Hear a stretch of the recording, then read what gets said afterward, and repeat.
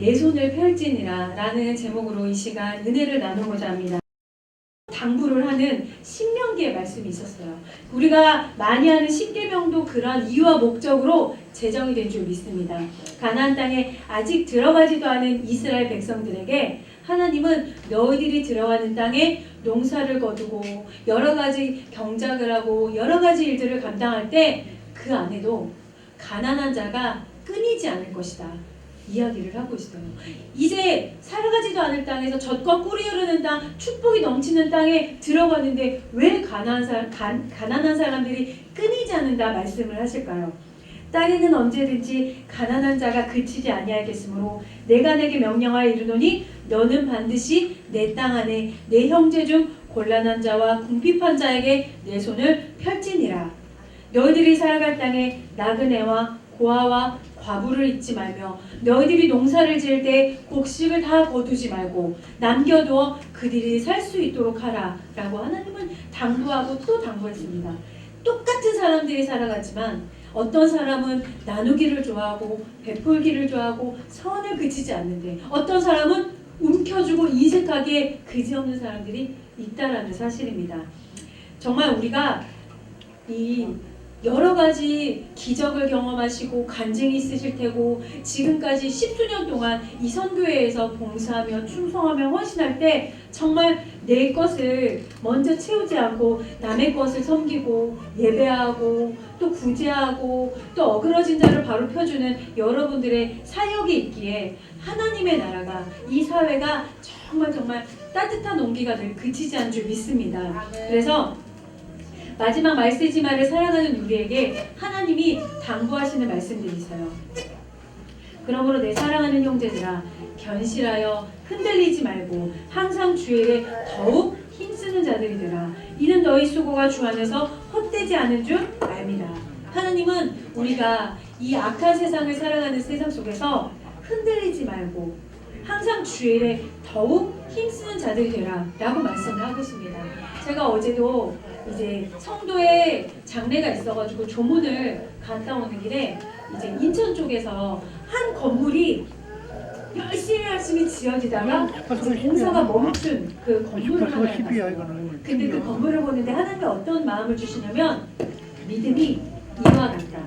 너희들이 신앙이 이와 같다 라는 마음을 주셨어요. 그 마음은 뭐냐면 우리의 신앙이 10년, 20년, 30년, 40년 주의 믿음 안에서 견고히 서가야 되는데 어느 순간에 정체가 되어서 짓다 말아서 멈춘 건물들 있잖아요. 그 건물들을 보면 어떡하세요? 되게 흉측해지죠.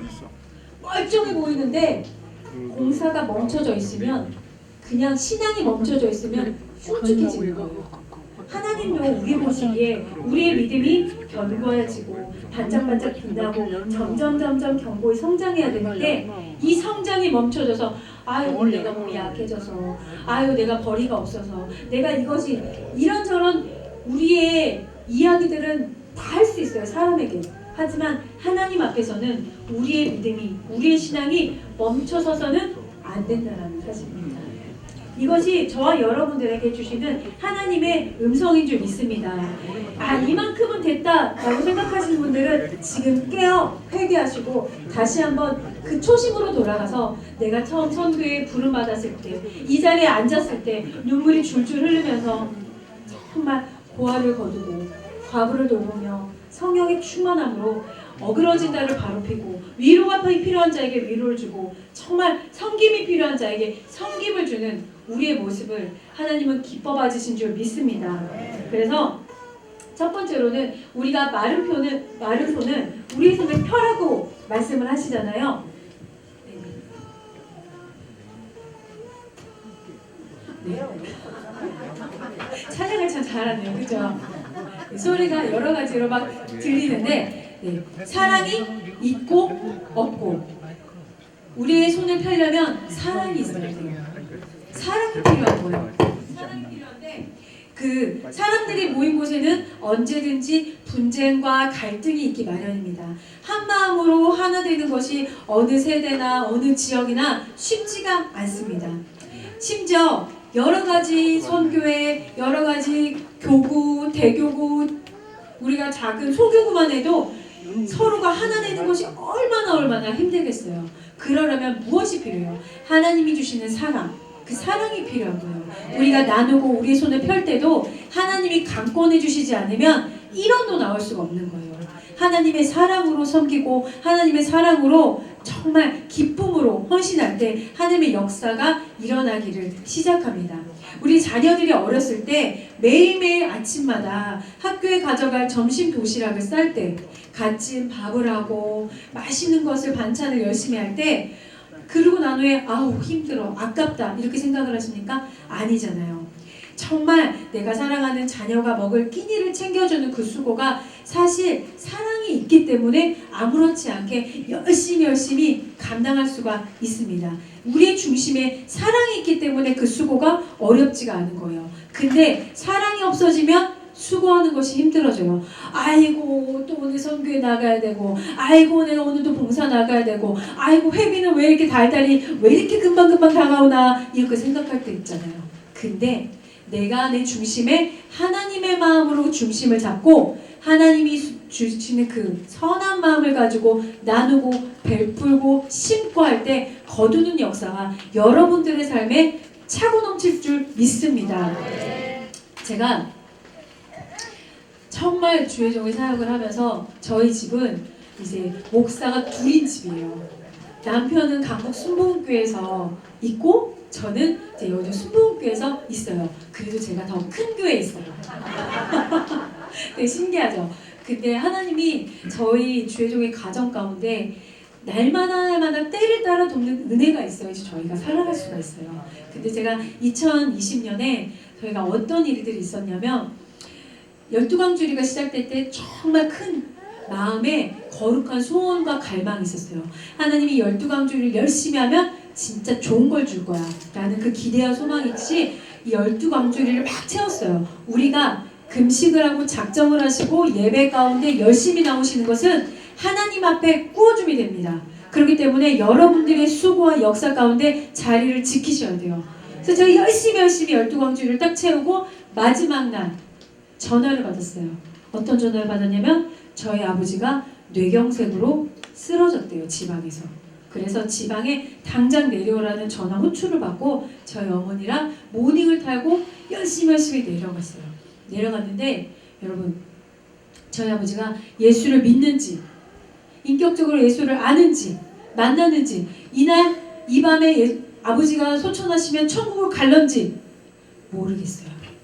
그냥 교회 잠깐 왔다가 갔다가 한 것까지는 알겠지만 입술로 아버지가 예수님이 나의 구주심을 고백한 적은 없는 것 같은 거예요. 마음 가운데 두려움이 없었어요. 오늘 아버지가 돌아가시면 예수님을 못 만났으면 어떡하지? 지옥에 가면 어떡하지? 그런 두려움이 있었어요. 그래서 엄청 기도했어요. 하나님 살려만 주세요. 살려만 주세요. 중환자실에 계시는데 제가 이 자리를 빌어서 정말 죄송했어요. 왜? 그동안에 중환자실에 수많은 사람들을 위해서 위로해주고 기도해줬지만 내 가족이 중환자실에 들어가니까 아 이것이 정말 피부로 느껴지는 거예요. 성도들의 아픔과 고통이 피부로 느껴지면서 그래 정말 이런 마음이었겠구나. 이런 고통이었구나. 그전에는 제가 없이 살고 가난했으니까 가난한 사람을 보면 마음이 아파왔어요. 얼마나 힘들까? 얼마나 아플까? 근데 이제 아픈 사람을 보니까 얼마나 답답할까?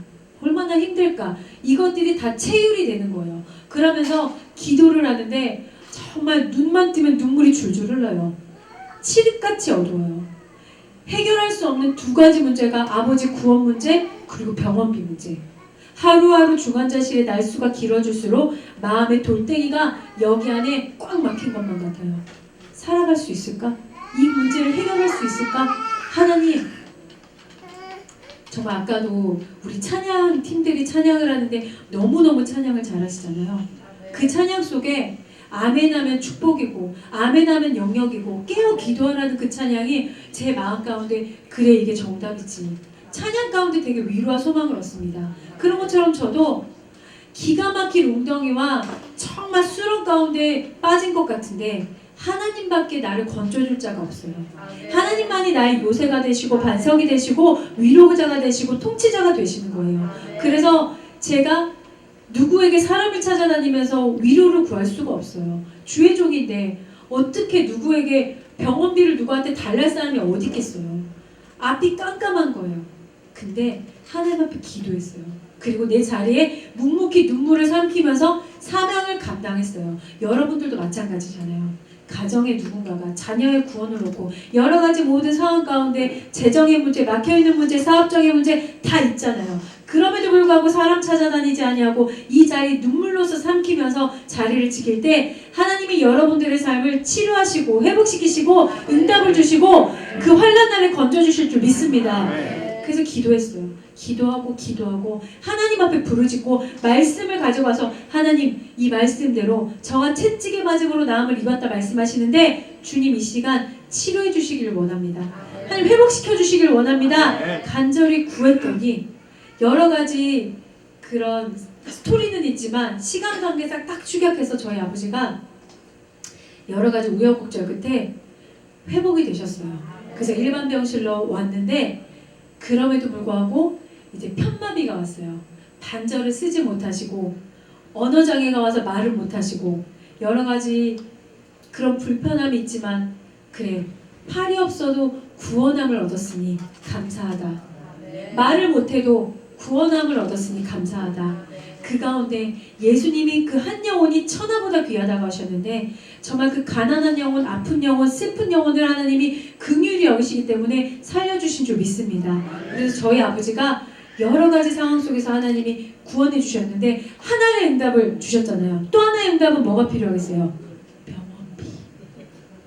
병원비가 어디 있겠어요. 그래서 제가 정말 앞이 깜깜하고 답답하지만 이제 저희 아버지가 재활을 하러 서울로 이제 옮겨야 되는데 병원비 계산을 하러 제가 카드를 이렇게 들고 이게 한도가 얼마일까? 한도 안에 써본 적이 없고 어떻게 해본 적이 없는데 이게 얼마일까? 카드를 이렇게 떨면서 원무과에 가가지고 카드를 결제하는데 얼마가 나왔는지 아세요? 300만 원이 나왔어요. 아무도 안 놀라시나 봐요. 아니 3주 동안 중환자실에 입원을 하고 그렇게 치료를 했는데 300만 원이 이게 가닥이나 한 금액이겠어요?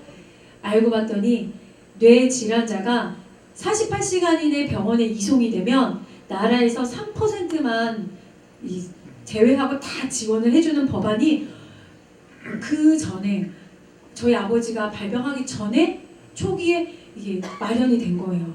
하나님은 세상의 법도 나를 위해서 꼭 맞게 마련해 주신 것만 같기도 하고 정말 믿는 자가 하나님을 신뢰하고 믿음 가지고 나아갔더니 하나님이 그 삶에 꼭 맞게 은혜를 주신다라는 거예요. 몇 천만 원이 나온 거예요. 그 병원 진료 내역들 있잖아요. 그 몇 천만 원을 제가 어떻게 해결을 하겠어요. 하지만 하나님이 우리 삶 가운데 역사하시는 꼭 맞는 은혜가 여러분들의 삶 가운데 임하실 줄 믿습니다. 몇 천만 원 벌으러 다녀보세요. 하늘에서 뚝 떨어지지 않잖아요. 그런 것처럼 우리의 몸을 바쳐 하나님 앞에 헌신하고 봉사하고 회비내고 섬기고 물질로 재정으로 하나님 앞에 작은 것을 드렸더니 더 큰 것으로 하나님이 채워주시는 역사가 여러분들의 삶 가운데 임할 줄 믿습니다. 두 번째로는 은혜가 있고 없고. 여러분들은 은혜가 있습니까? 없나 봐요. 목소리들이 아주 이마리가 없어요. 은혜가 있습니까? 아멘. 여러분들의 은혜가 하나님의 마르지 않은 샘처럼 늘 가득가득 하셔야 될 줄 믿습니다. 예수님은 고단한 인생 가운데 친히 찾아오셨어요. 그 광야에서 오병이어의 그 기적들은 예수님의 제자들은 어떻게 그 기적이 베풀어졌는지 알아요. 최측근에서 물고기 2마리와 보리떡 5개를 가져다 준 헌신이 있기 때문에 예수님이 이것을 들어서 축사하시고 나눠주어라 했을 때 주의 수종들던 자들이 막 나눠주기 일사불란하게 나눠주기 시작하잖아요. 나누었더니 나누고 나누었더니 또 나눠주고 12광주리가 차고 넘게 남겨지는 은혜가 있었잖아요. 5,000명이 먹고 그런 것이 사회사업 미용 선교회 가운데 이루어져야 될 줄 믿습니다. 주님과 함께하고 주님의 은혜 곁에 머물고 주님의 손과 발이 되어서 수종 뜨는 자들은 이 은혜가 어디서부터 흘러나왔는지 보고 알고 믿었습니다. 하지만 그냥 먹는, 빵을 먹고 물고기를 먹는 이런 군중들은 그 은혜가 어디서부터 흘러내는지 당연한 건 줄 알고 먹어요. 그런 것처럼 시편 34편 8절에 너희는 야훼의 선하심을 맛보 알지어다. 그에게 피하는 자는 복이 있도다 말씀하고 있습니다. 교회에서 드리는 우리의 헌신이 나의 일방적인 헌신이 되어지는 것이 아니라 하나님을 아는 자, 은혜를 맛보아 아는 자, 그리고 그 은혜를 붙잡는 자만이 하나님 앞에 거룩하게 쓰임받는 복된 자들이 된 줄 믿습니다. 그래서 우리 안에 은혜가 마르지 않도록 우리 사회사업 미용성교회에 은혜가 마르지 않기를 날마다 축복합니다. 이 자리 가운데 앉기만 해도 눈물이 터지고 이 자리 가운데 앉기만 해도 응답이 터지고 소망이 넘쳐나고 하나님 더욱더 주님의 귀한 일들이 날마다 차고 넘칠 줄 믿습니다. 그래서 연어를 아시죠? 연어가 자신의 고향으로 돌아갈 때 당연하게 흐르는 강물의 방향으로 흐르지 않고 거꾸로 올라가는 수고가 따라요. 우리의 육신도 마찬가지예요. 우리의 육신이 쇠해지고 연약해지고 젊을 때만큼 짱짱하게 재정이 많이 차고 넘치지 않을지라도 하나님은 우리의 중심을 아시기 때문에 우리의 마음을 다해서 생명을 다해서 예배하시고 찬양하시고 섬기시고 헌신하실 때 하나님은 놀라운 일들을 우리 가운데 역사하실 줄 믿습니다. 이 자리를 지키는 것만으로도 하나님의 은혜예요. 믿음이 있으셔야 되는 거예요. 우리의 사랑이 있는지 그리고 또 은혜가 있는지 믿음이 있는지를 하나님은 주목해서 보실 줄 믿습니다.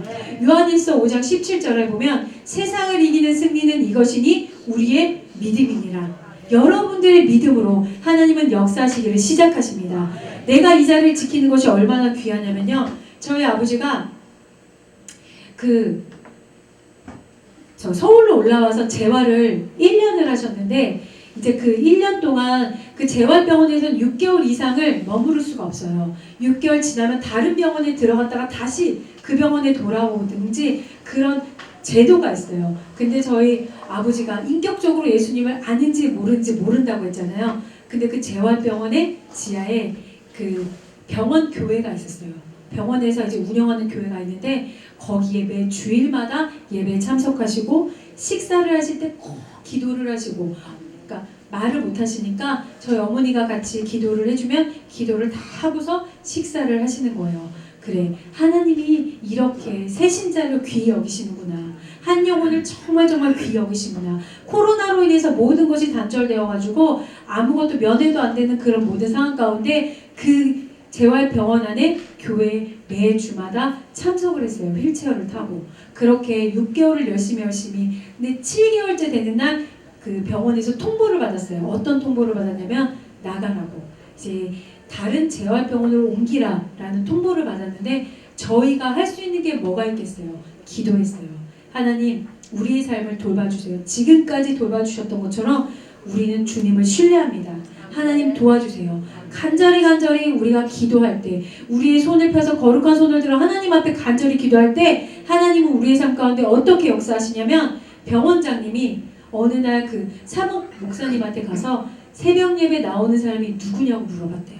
그랬더니 저희 어머니랑 어떤 권사님 딱 2명이 예배에 한 번도 빠지지 않고 예배에 참석한 사람이 딱 둘이더래요. 그래서 그 병원장님이 어떻게 얘기했냐면 새벽 예배 매일매일 나오는 저 집사님의 그 환자가 계속 병원에서 재활할 수 있도록 배려를 해주라고 그렇게 응답을 받은 거예요. 그래서 저희 어머니가 7개월, 8개월째 되는 날 저희 언제 나가면 되는지 물어봤더니 원무과에서 이두희씨 보호자분 매일매일 새벽 예배 나오셔서 새벽 예배 때문에 이 병원에 더 있게 되셨어요. 축하드려요. 이렇게 얘기를 하더래요. 여러분, 우리는 사람을 의지하지 않고 하나님만 바라보면서 내가 적은 것 하나라도 하나님 앞에 섬기고 헌신하고 심고 심은 대로 거두는 역사가 여러분들의 삶 가운데 반드시 있을 줄 믿습니다. 제가 정말 부잣집 딸내미 같이 생겼잖아요. 제가 하나님의 보호 아래 있었던 것은 이렇게 여러분들이 어려운 이웃들을 섬기고 어려운 아이들을 돌보고 사랑으로 섬기는 그 헌신들 때문이에요. 정말 저도 제가 주의 종으로서 이렇게 복음을 전하고 하나님의 능하신 그 보호 아래 살아가게 된 것이 되돌아보면 그 또한 하나님의 은혜입니다. 그래서 고아들을 꼭 살펴주시기를 바랍니다. 소녀 가장들을 사랑으로 섬기시고 후원하시고 이것이 진짜 어떤 놀라운 기적이 될 줄 모르는 거예요. 저처럼 어떤 아이가 주의 종이 될 수도 있고 어떤 아이가 꿈과 비전이 없는 아이에게 꿈과 비전을 심어줄 수 있고 그런 재정으로 저는 급식비가 없어서 급식을 못 먹을 때도 있었고 또 교복 입을 것이 없어가지고 교복 때때로 되면은 그때는 지금은 막 나라에서 막 다 해주잖아요. 그때만 해도 다 아시잖아요. 교복을 해야 되면은 교복도 막 30만 원, 50만 원인데 어디 있겠어요.